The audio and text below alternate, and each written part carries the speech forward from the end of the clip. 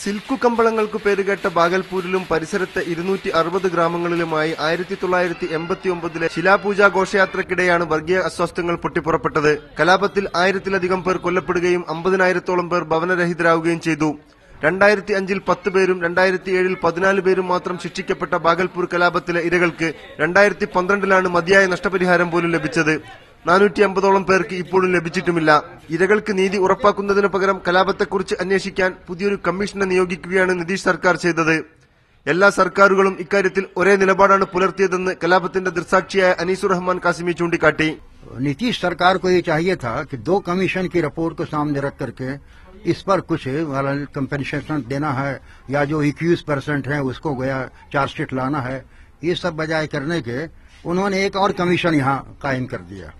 और वो कमीशन जो कायम किया गया है तो तकरीबन 2.25 साल से ज्यादा हो गया है, लेकिन 2.25 साल के अंदर कमीशन का कोई जिम्मेदार भागलपुर नहीं आया।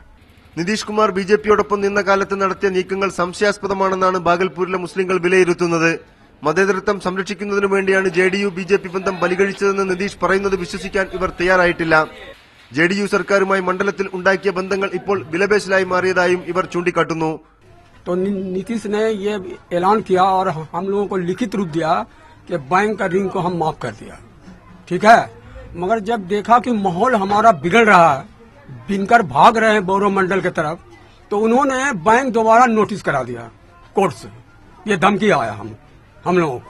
ബാഗൽപൂരിലെ യന്ത്രനെയ്ത്തുകാർ ഈ തെരഞ്ഞെടുപ്പ് കഴിഞ്ഞാൽ ഭാവി എന്താവുമെന്നതിനെക്കുറിച്ച് ആശങ്കയിലാണ്.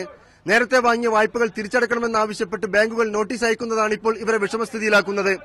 ക്യാമറമാൻ ഹരിബി നായർക്കൊപ്പം ബാഗൽപൂരിൽ നിന്നും എ റഷീദുദ്ദീൻ, മീഡിയ 1.